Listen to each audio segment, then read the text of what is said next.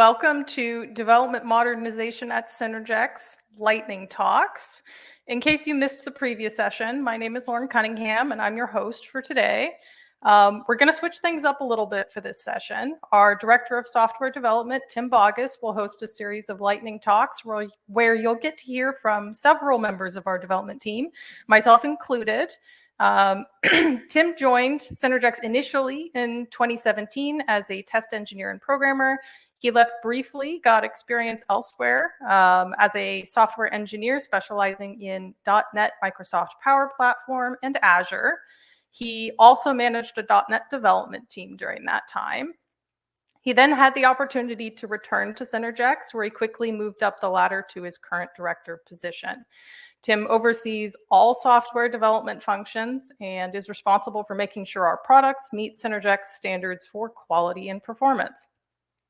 Now, let's get started. Welcome to Synergex's 2024 DevPartner Conference. I'm Tim Bauguess, the Director of Software Development at Synergex. I would like to guide you through our vision of modernization, not just within Synergex, but extending to the innovative solutions that we provide you, our valued partners. Our modernization journey reflects our commitment to not only adapt to the changing technology landscape, but also to lead by example. We want to inspire you to join us in this journey, leveraging the advancements we're implementing to fuel your own growth and successes. Today, we stand at the crossroads of heritage and innovation. Our objective is clear: to share insights and the innovations that have emerged from the synergy between our development teams. This session will unfold in 3 parts: an introduction to set the stage, followed by presentations from each of our diverse and talented team members. Each will offer a unique perspective on our modernization journey. And finally, we'll open the floor for a Q&A session, where your curiosities and concerns will meet direct answers. Our goal today is to empower you with key insights and takeaways that can ignite your own paths to modernization with synergy and beyond. Let's embark on this journey together. So why modernize processes?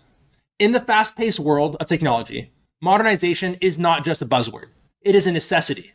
So why is it imperative for any company, including ours, to modernize their processes? Let's begin with operational efficiency. Addressing technical debt is akin to clearing the way for smoother, more efficient travel. It's about updating dependencies, refining architectural design, and ensuring our infrastructure is robust yet agile. And ideally, you're paying it off before that interest from that technical debt compounds too much. When it comes to customization, it's about striking a balance. When approaching a new problem, you should always ask yourself if you should buy, build, or partner. Yes, custom-built solutions that you completely maintain by yourself have that place, but so does integrating established platforms or bringing in industry experts. Investing upfront can accelerate your future delivery and reduce maintenance costs instead of accruing new technical debt. Knowledge and skills management is also crucial. We're moving away from the era of siloed expertise, where the wisdom of experienced developers was not easily accessible. Internally, we're creating systems that ensure knowledge flows freely, enhancing our collective capabilities by encouraging knowledge transfer and cross-team interactions. Hiring challenges? We've all been there. The unique intricacies of our work in supporting a language over almost 50 years requires a deep understanding that can take a lot of time to develop. That's why we're not just investing in people, but also in processes and tools that make it easier for new talent to integrate and contribute. For synergy development, this could be even something like using our Visual Studio integration to enable new developers to come into your applications and work in synergy. Redundancy risks are real, but we're prepared. By automating our documentation and documenting processes and cross-training our teams, we safeguard against the loss of expertise and maintain our momentum regardless of the inevitable changes in personnel. Standards and compliance are not just hurdles to clear, but opportunities to demonstrate our commitment to quality and security. Modernizing processes means ensuring we're aligned with the latest regulations and expectations from our customers, reinforcing trust in our language. This is why we're working towards adopting SOC 2 Type 2 compliance. Process variability can be a thing of the past with the right tools and methodologies. Embracing automation and agile development principles, we're not just doing the work, we're continuously improving how we work and how we work with each other. And let's not forget about culture. And how do you overcome stagnation? By fostering a culture that values continuous learning and adaptability. We keep our teams dynamic and our innovations fresh. Resistance to change is a natural human response, but with a data-driven approach and a steady pace where you work together, we're demonstrating that change is not just necessary, it's exciting and rewarding. This is why we modernize. We can all move forward together. As we embark on our series of lightning talks, each session is designed to spark innovation and provide actionable insights. Here's what you can look forward to. First, I'll kick us off with the session on SDI's telemetry and how we're overall looking at SOC 2, Type 2 compliance. A quick dive into the introduction of system diagnostics with telemetry and our move towards compliance with SOC 2 standard. Next, our compiler team software development manager, Jim, will explore compiler telemetry and Synergy OWASP analysis, highlighting how the compiler is also utilizing telemetry and a look at OWASP's best practices applied into the future potential of Synergy static code analysis. Then our SDI senior software engineer, Arief, will lead us through static code analysis and VM automation, discussing the tools that help us maintain code quality and how we automate virtual machine workflows to enhance efficiency. Terraform and SDI release notifications by our SDI software engineer, Sunny, will cover both our adoption of infrastructure as code and new product improvements we're making to encourage best practices with our customers. Our SDI software engineer, Ryan, will then delve into CI pipelines and test automation, revealing the power of continuous integration and the automation that ensures our testing is both thorough and efficient. Our SDE software engineer, Terrace, will talk on implementing CI/CD for SDE products, which will provide insights into the continuous integration and deployment strategies that keep our software development environments cutting edge for all Synergy DE products across platforms. Finally, the IS team lead, Lauren, will address infrastructure standardization and Agile, focusing on how we're creating uniformity across our systems and embracing Agile methodologies to stay nimble and proactive. She was able to see a team through from our prior processes to our Agile process, so she can really speak to this. Each talk is one of many pieces of our modernization puzzle, reflecting our commitment to staying ahead in technology. Let's jump in. So I'm excited to start off our lightning talks about how we're leveraging SDI telemetry alongside our push for SOC 2 compliance. Our telemetry efforts provide us with real-time data and insights into system performance, stability, and usage patterns. This isn't just about monitoring, it's about proactive management and enhancement of our Synergy development environment. Coupled with SOC 2 compliance, we're not only improving the reliability and efficiency of our systems, but also reinforcing our commitment to security. SOC 2 Type 2 is not a checkpoint. It's a continual process that demonstrates our dedication to operational excellence and trust. It's also an effective tool to ensure we're overall staying up to date with industry best practices. All right, let's start with SDI telemetry.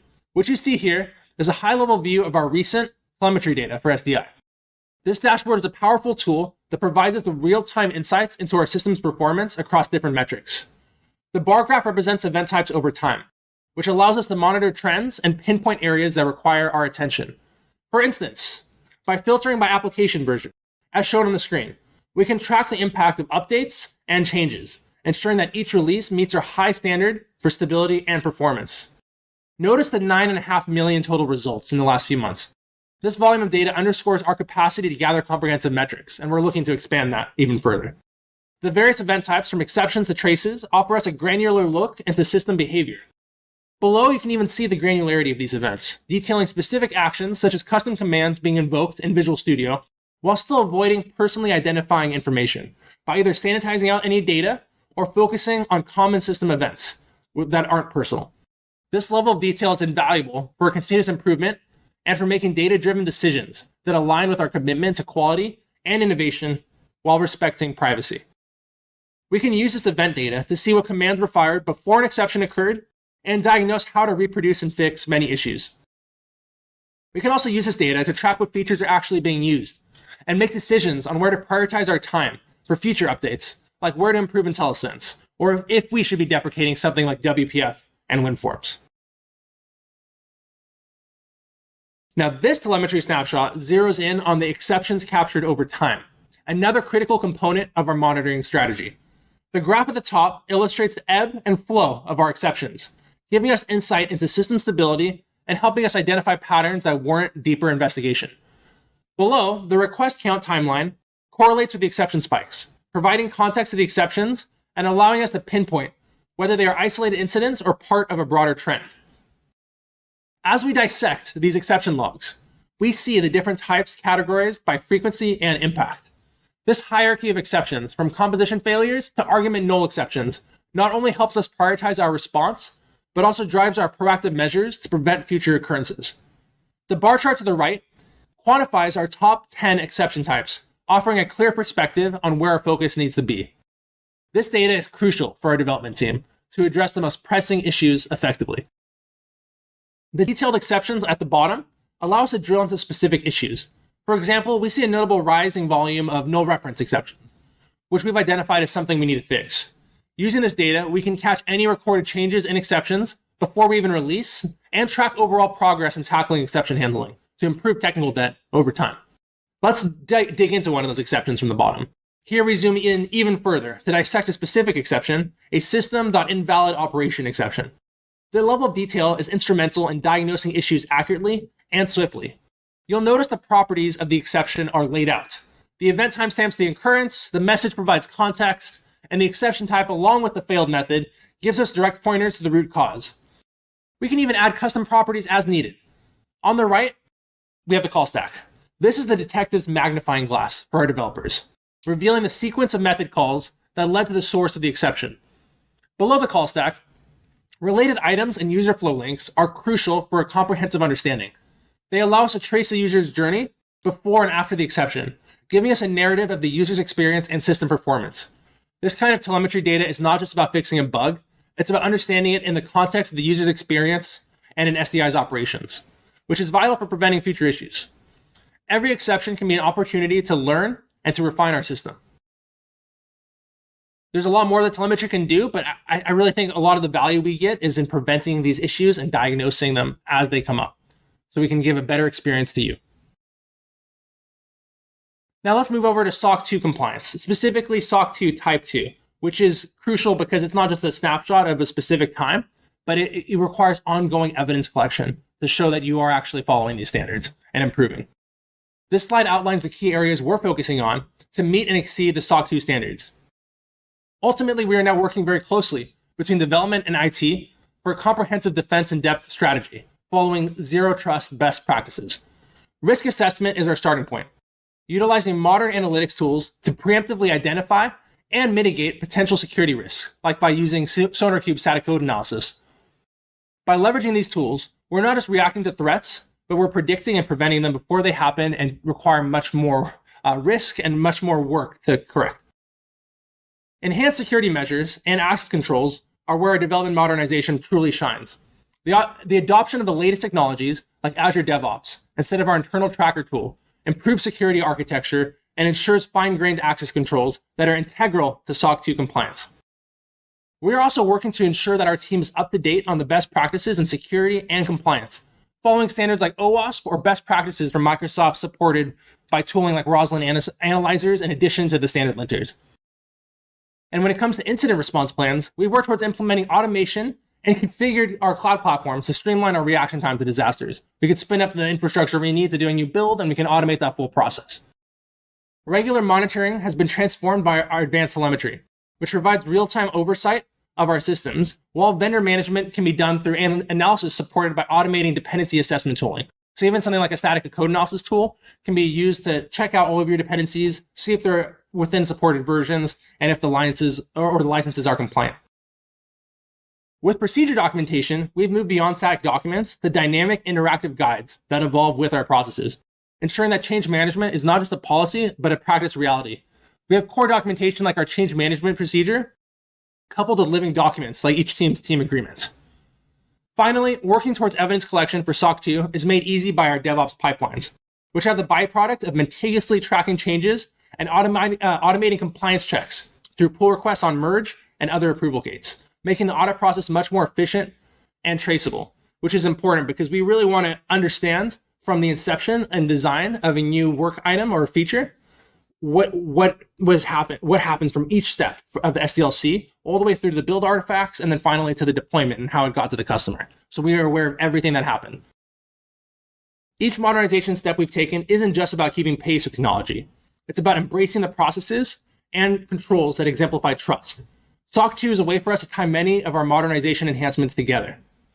Now I'm going to go ahead and pass it to Jim to talk about how we've expanded this telemetry to the compiler, especially for usage analytics, and have taken OWASP into account not just internally, but potentially even with Synergy static code analysis. Thanks, Tim. I'm Jim Sahaj. I'm the product development manager for the compiler team at Synergex, and today I'd like to talk to you about compiler telemetry and Synergy OWASP analysis. Normally, when the compiler reports errors, it reports either syntactic or semantic errors within the customer's code. However, built into the compiler, we also have these other errors that report a bad state within the compiler known as internal compiler errors. These are not errors in customer code, but indicate the compiler is in some sort of bad state or something isn't set as we expect. Normally, we should never see these. However, if one is encountered, we would like to know about it and the context around the error. To help find these internal compiler errors, we've added telemetry to the Synergy.NET compiler. If such an error is encountered while building an SDI, the compiler assembles the context around the error into a JSON file, just like the one shown in the slide, and SDI sends that file to us. In addition to letting us know an internal compiler error is encountered, this telemetry gives us such context around it, such as command line, SDI build number, net, and .NET framework. All of this info provides context around what happened and makes it possible for us to come up with an improvement to prevent this error in the future. With the context, we can fix it and improve the quality of our compiler. Now I'd like to talk to you about OWASP.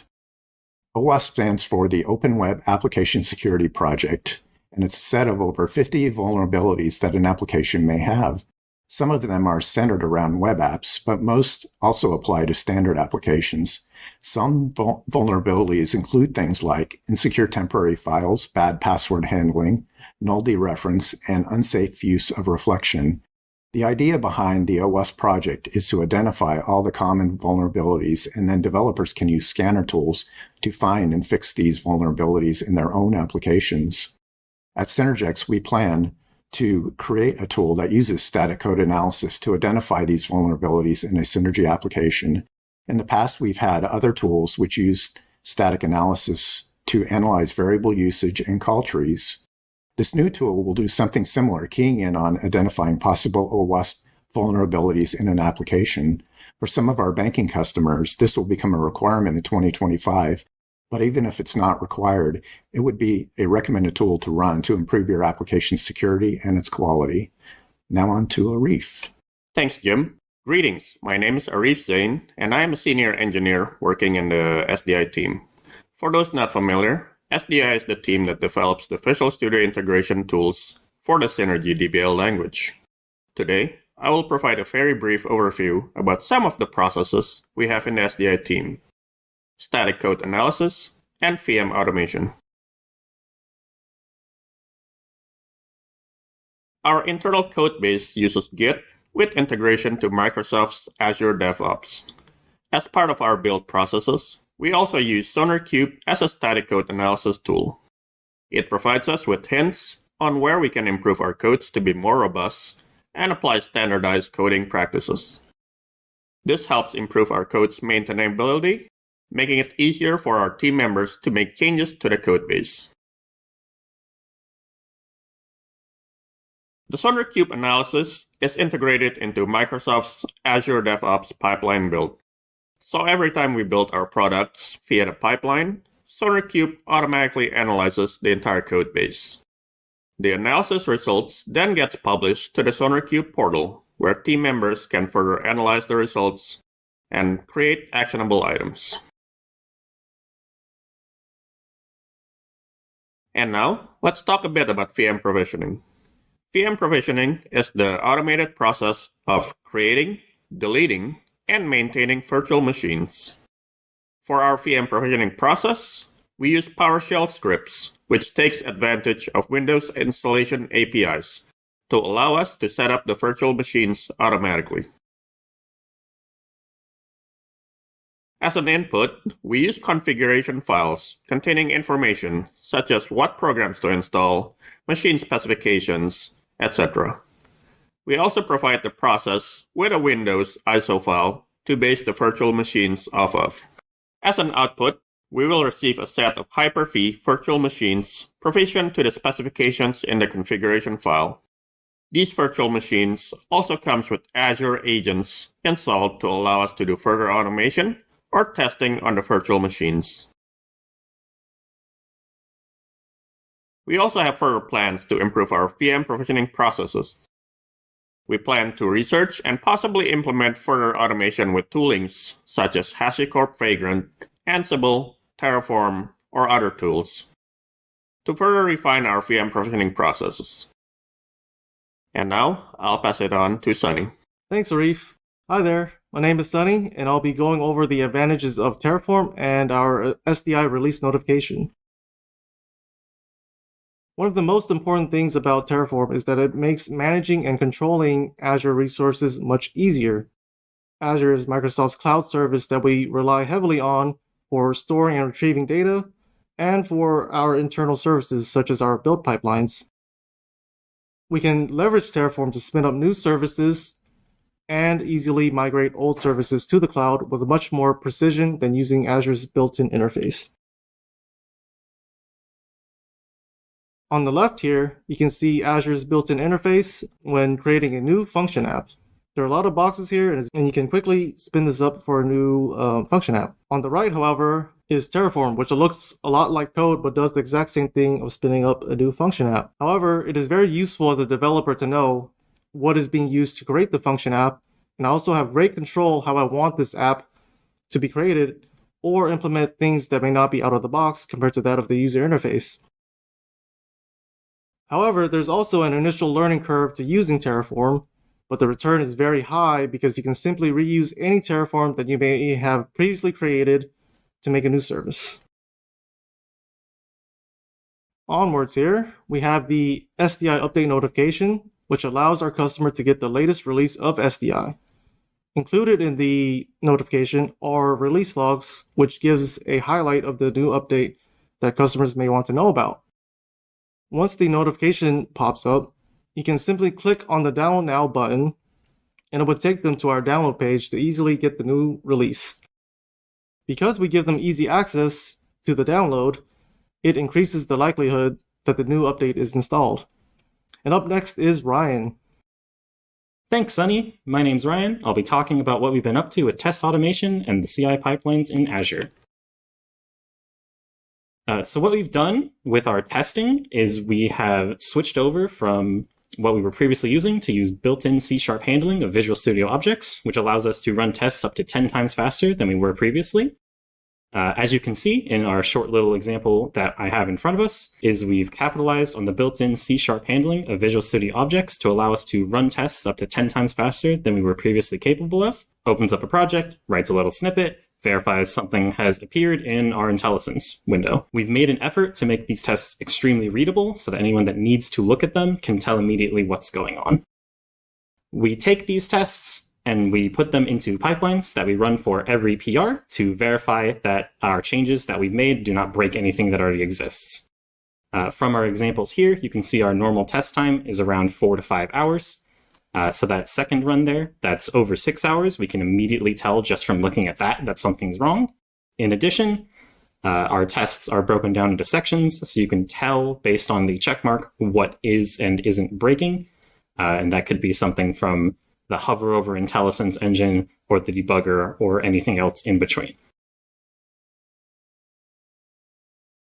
And the other way that we use these pipelines is in a continuous integration for our SDI builds as well as all our other product builds. For SDI specifically, we kick off a build anytime that we have a pull request, and this runs before the previous tests.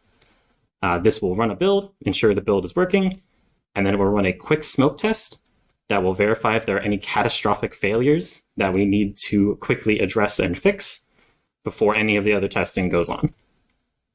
And that's all I had. So now on to Taras. Thanks, Ryan. My name is Taras Yakovchuk, and I'm a software engineer on the runtime team here at Synergex.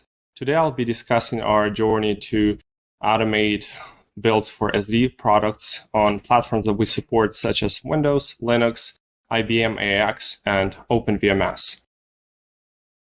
Our journey to automation of SD builds began from evaluating all manual processes related to builds and tests in our software development lifecycle. To start, it's important to understand the current state and identify and document existing processes, which could include manual tasks, automated tasks, and decision points. In this process, it helps to seek answers to questions like, what is our current workflow, how the tasks are performed, and how are they connected? So at the end of manual process, we get a release-ready build. When answering these questions, it's helpful to note pain points and patterns. Identifying those puts us in a state of mind to create solutions that mitigate some of the shortcomings of manual processes. After going through the process of evaluation, we are in a good state to start working on requirements and design of our CI/CD pipeline. In our case, our workflow fits the standard pattern of CI/CD pipeline. This illustration represents a high-level view of our current state in our journey towards automation. We have several pipeline stages that run in parallel, and several stages that have dependencies. After completion of each build stage, it publishes SD products for its platform as an artifact. All of the manual processes were translated into pipeline tasks, where common ones were formed into pipeline jobs. In this process of defining the pipeline, it's important to keep in mind the patterns that we discovered in the evaluation phase. Usually that piece of work could potentially become a pipeline template. There are a number of tools that helped us accomplish our goal of automating our builds. Since Azure DevOps is part of our current workflow, we were able to utilize Azure pipelines to define our CI/CD pipeline. Azure pipelines support a number of different test result formats. Many of our tests did not produce formatted result files that were supported by Azure pipelines. To be able to publish test results, we had to update many of our tests to produce XML test results. And for that, we followed an unit test result format. Self-hosted agents, Windows virtual machines, and Docker containers are great tools that allowed us to create an environment for building and testing our product. That environment includes all dependencies and is easily refreshed or updated when the need arises. Interesting to note that Azure Pipeline agents are not supported on AAX or OpenVMS, so building and testing on those platforms was achieved by running commands over SSH from self-hosted agent that runs in a Docker container. We evaluated manual processes, went through the design and requirements, selected tools, and have somewhat working CI/CD pipeline. At this point, we are iterating on those phases to improve the quality and stability of what we develop. Doing small incremental work allowed us to uncover missing dependencies that our processes rely on. With each iteration, we were able to simplify some of the processes and refine the pipeline flow to improve efficiency. Through iterations, we discovered how long each pipeline job takes and scaled infrastructure to decrease the overall runtime of our pipeline. We are continuously working on improvements to our CI/CD pipeline. Dwelling in this build, learn, and adjust loop contributed to our success in achieving automation of building and testing SD products on all of the platforms that we support. And with that, let's hear from Lauren. Thank you, Taras. Hello, my name is Lauren Cunningham, and I am the team lead for the Information Systems team. For those of you that don't know us, we manage many of the internal systems that are necessary to overall business operations. For the most part, this is centered around web technologies in both the Azure and Salesforce clouds. I'm here today to talk about some of the less technical improvements that we've made, not just in IS, but also the rest of development, specifically on the topics of infrastructure standardization and the adoption of agile development practices. So, what is infrastructure standardization? Basically, it just means taking programming best practices and applying them to whole systems. And before I jump into some of the specifics, a quick vocab session for the next few slides. And the scope of this conversation, a technology is a foundation or platform. Think MySQL, for instance. Infrastructure is an instance of a technology. This would be like a SQL Server instance that's running MySQL. And a system is multiple pieces of infrastructure that are tied together to achieve a specific purpose. So for instance, the combination of a website and its database. All right, so I'm sure many of you have come across bad variable names in your careers, the kind that make you think, what is this? And while it's probably second nature for you to avoid bad names in code, you may not be thinking about it when looking at infrastructure. We weren't. We had a number of systems that all used the same technologies, but were named very differently. And there was no correlation between the different pieces of infrastructure that made up each system. So we established naming conventions so that we could look at a list of our infrastructure and know immediately what each piece was and what system it was part of. And even though this seems like such a small change, it really helped us find what we were looking for faster and to simplify our CI/CD pipelines. But it didn't stop at names. Big takeaway here was to find anything that could be standardized and do it. We decommissioned systems that were no longer needed and moved the ones that we wanted to keep to Azure. Now, with a few exceptions, we know just go to Azure.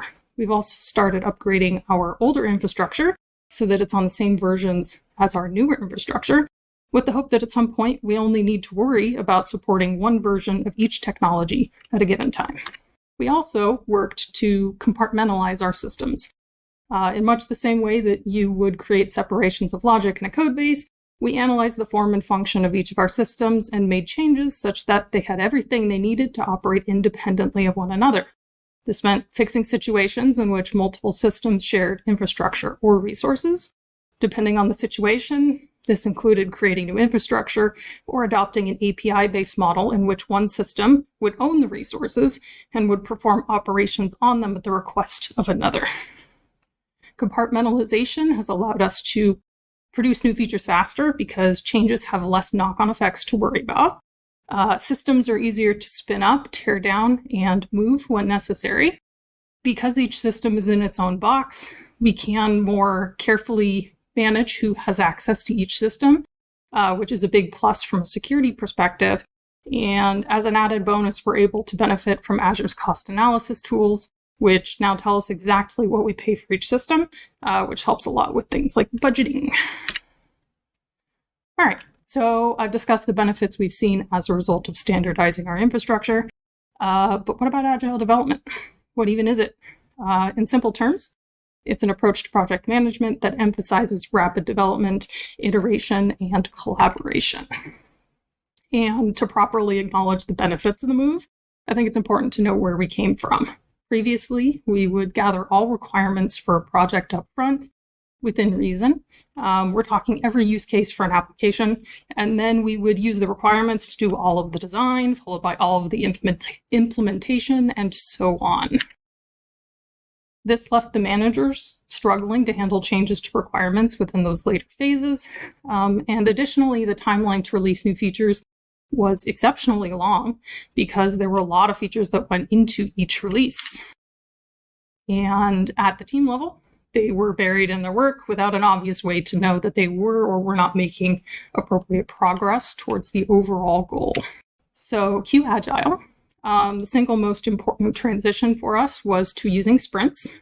Each sprint spans an amount of time, usually 2 weeks, and contains all phases of the software development lifecycle, just on a smaller scale. And then a project is made up of a number of these sprints tied together.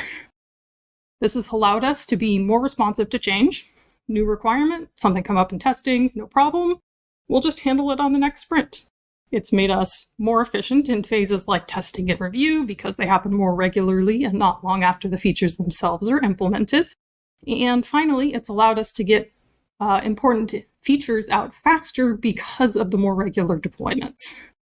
And because the teams are only looking at one sprint at a time, they aren't overwhelmed by the amount of work, and they know exactly what they're expected to complete within the time frame. We also started holding other agile ceremonies, which basically just means meetings that accompany the sprints. This included a planning session to go over the objectives and allocate work to each sprint, daily scrum or stand-ups, which are regular discussions on progress throughout a sprint, a review session to go over what was completed, a retrospective, where a team has the opportunity to discuss what did or did not work well during a sprint and how things can be improved, and refinement, which is the perpetual process of gathering requirements and estimating the effort required to implement them. The regular collaboration has allowed us to be more efficient in implementing features. It's also provided a platform for open and healthy communication among colleagues. And with that, I'll pass you back to Tim. Thank you, Lauren. So as we conclude today's session, let's reflect on the key insights and takeaways that light the path forward for all of us. Security enhancements. Our unwavering commitment to security has led to significant enhancements, working towards a defense in depth strategy where that layer is robust against threats. Automation excellence. By embracing automation, we've achieved excellence in our operations. Automation has not just improved our efficiency, it has become the backbone of our consistent and reliable delivery. Infrastructure innovation. We've reimagined our infrastructure, investing in technologies that offer scalability, resiliency, and agility, using things like infrastructure as code with Terraform, or standardizing our Azure Resource Management. Collaborative process. We've transformed our workflows into collaborative processes that encourage contribution and shared responsibility. It is in this spirit of collaboration that has accelerated our progress and will continue to drive our success. And then an action-oriented culture. Finally, we have fostered an action-based culture that thrives on initiative and responsiveness. Our culture is not just about what we do, but how we do it, with purpose, agility, and a clear focus on outcomes. We are looking towards a future where excellence is the norm and improvement is continuous. Thank you for being an integral part of this transformation, and we look forward to continuing this journey with you. Question for Tim. What specific insights has SDI telemetry revealed? Good question, Lauren. So the big part is what we should really be investing in versus not investing in anymore. Like our time, we only have a limited amount of people on the team, a limited amount of time, and there's unlimited amount of work that we could do. So what data helps us do from telemetry is it lets us choose what we can best spend our time on and what we no longer should be supporting. So that's things like WPF and WinForms, which have a big maintenance burden.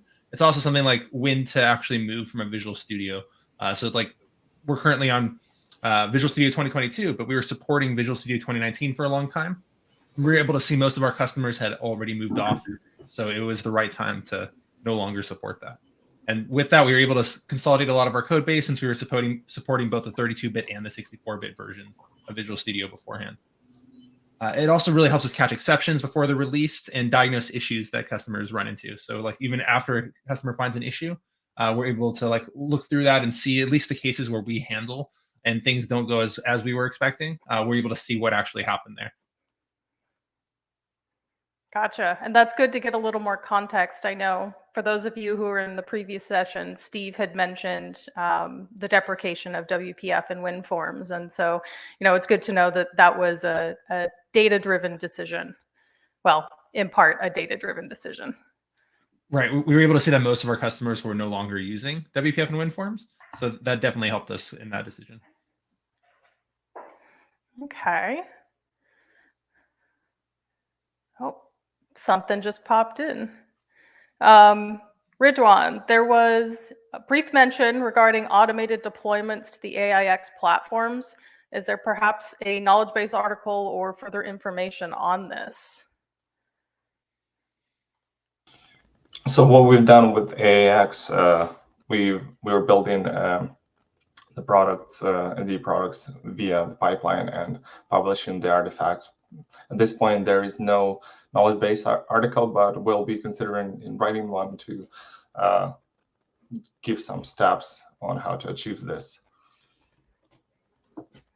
Yeah, I think that's a good point. We're really trying to like dog food it internally ourselves to make sure everything works smoothly. And then once we can get it to a good spot, we can publicize that, how we did it.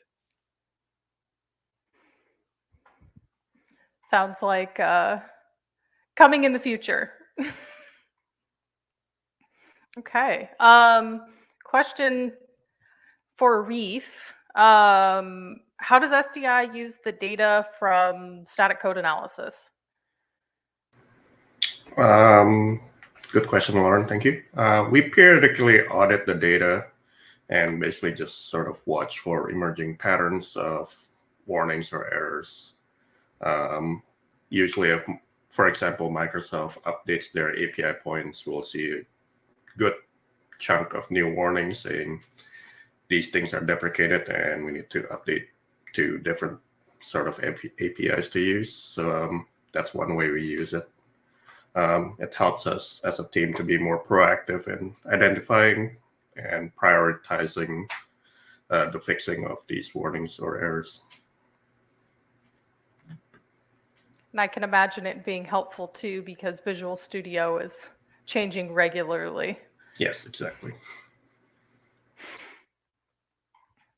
Okay. This one's most likely for Jim. Will OWASP static code analysis be available for both traditional and .NET sources? In short, yes, it should be available for both. There's an underlying tool that we use the data from, and then we would have both a traditional and a .NET version. So yes.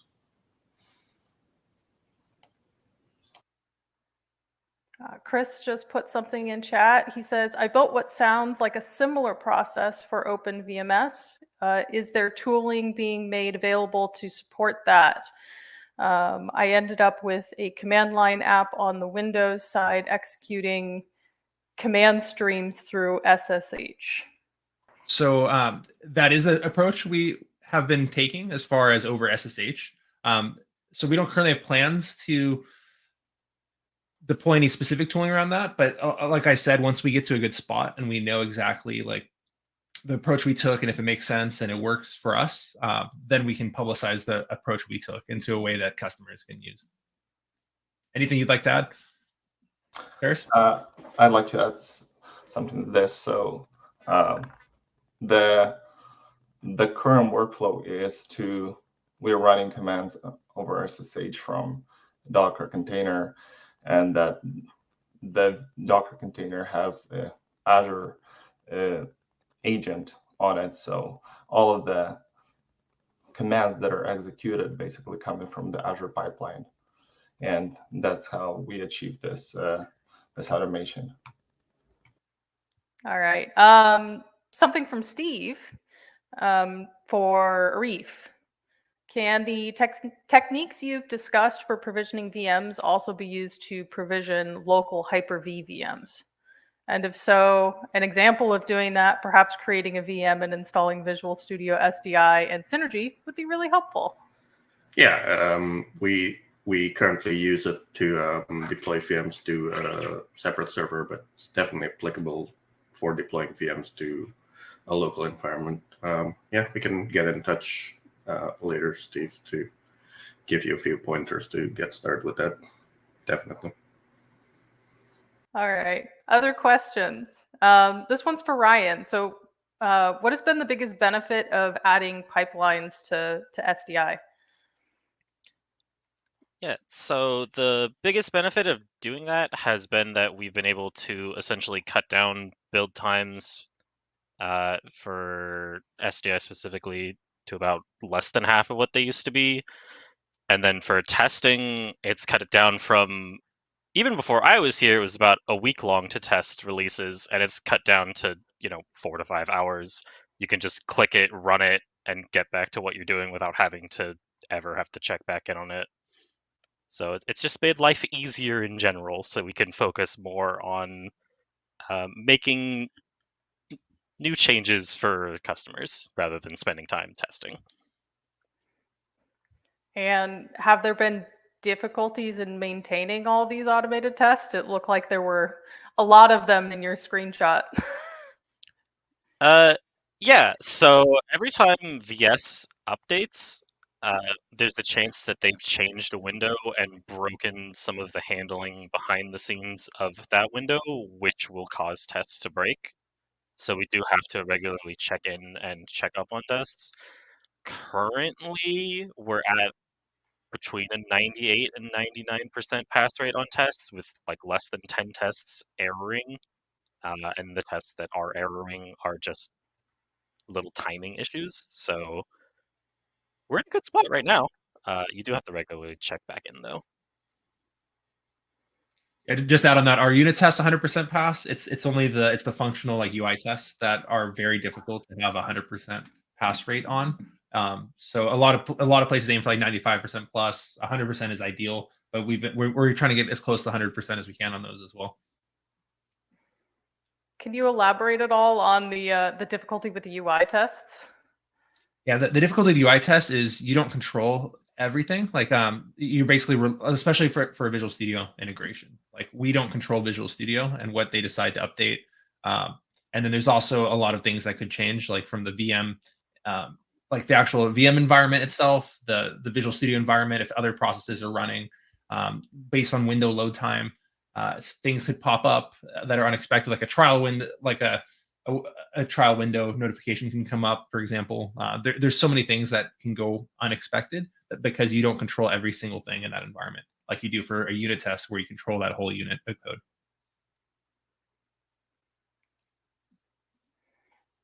Okay. Thank you for that. Flipping over to the SDE side for a bit. Terrace, how do you go about configuring the build servers? So for configuring the build servers, we utilized what Arief mentioned. We utilized the VM provisioning infrastructure that we have. And so we defined all of the dependencies that are needed to be installed, created the configuration files that Arief briefly mentioned in his presentation, and we provisioned build servers for Windows. And the same was done for Linux. We went ahead and determined all of the requirements that our containers need to have to successfully build our products, and created the Docker files and created all of the infrastructure that is needed to successfully build all of our products. That's it's interesting to know that despite the product being very different, that the underlying process between both SDE and SDI were similar at the very least.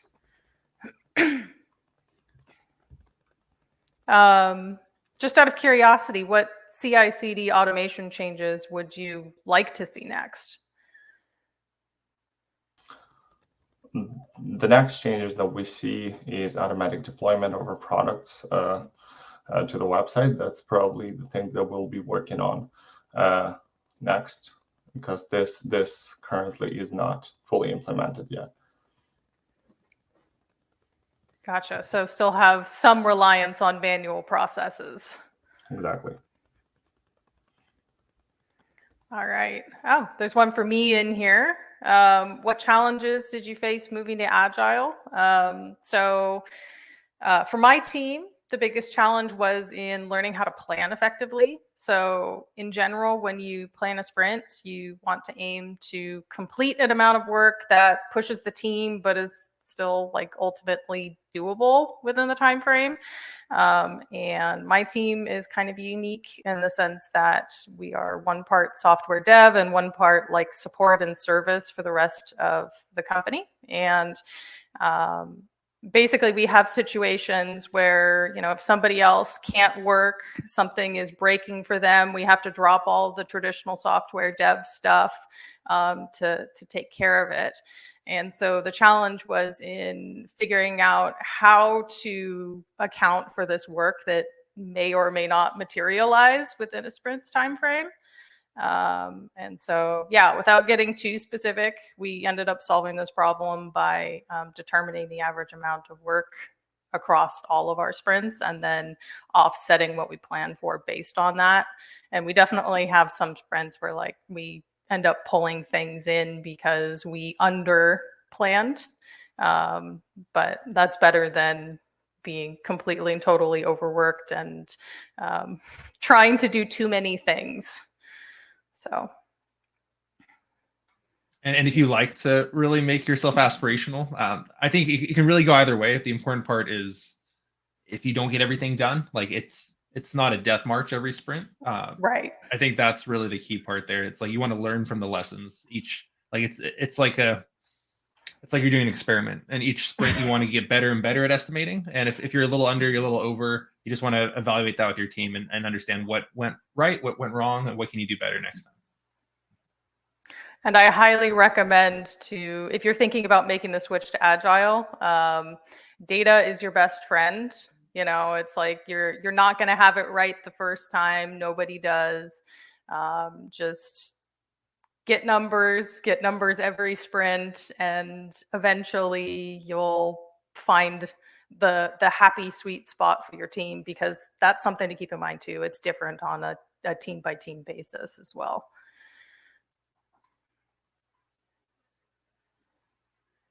We've got one more for Jim, it looks like. Has compiler telemetry been extended to anything beyond internal compiler errors? We tend to use it for internal compiler errors because those are things that aren't expected. But there's also like ILASM errors that you get when you're generating code, generating assemblies, and things like that, and those also show up in telemetry. But for the most part, the rest of the errors are more user errors, semantic errors, or syntactic errors. Those won't show up in telemetry. So, got a SOC 2 question. Tim, can you speak to the challenges in working towards SOC 2 compliance? Yeah, I think the biggest challenge in moving towards SOC 2, especially like type 2 where you need ongoing evidence collection, is finding the right balance between being compliant and not impacting your productivity. So we're trying to approach it in a way where we could become compliant by just like having our teams all completely isolate, and devs can never even see production or infrastructure. But we don't want to do that. We want to do it in a way where productivity isn't held back. And so we do that through things like Terraform, through these pipelines, through all these processes that basically go from the pull requests to the CI all the way to the website. So now we can manage that full state all the way through, and we can still enable developers to still own their own operations without just building a giant wall between everything. So I think that's really the challenge there, is finding the right way to do it without slowing everyone down. And also just there's some resistance to change too, just because I think everyone here is great and really willing to do what's best. But even over time, like just looking at the processes you already have in place and then looking at what can we do to move from there. Like now we have to enforce pull requests on every change. We can't make direct changes to our repository. Like that's a little bit of a jump. So there's some things like that where just over time, people get more used to it. They see the value. And then I think that helps you get more buy-in for these processes.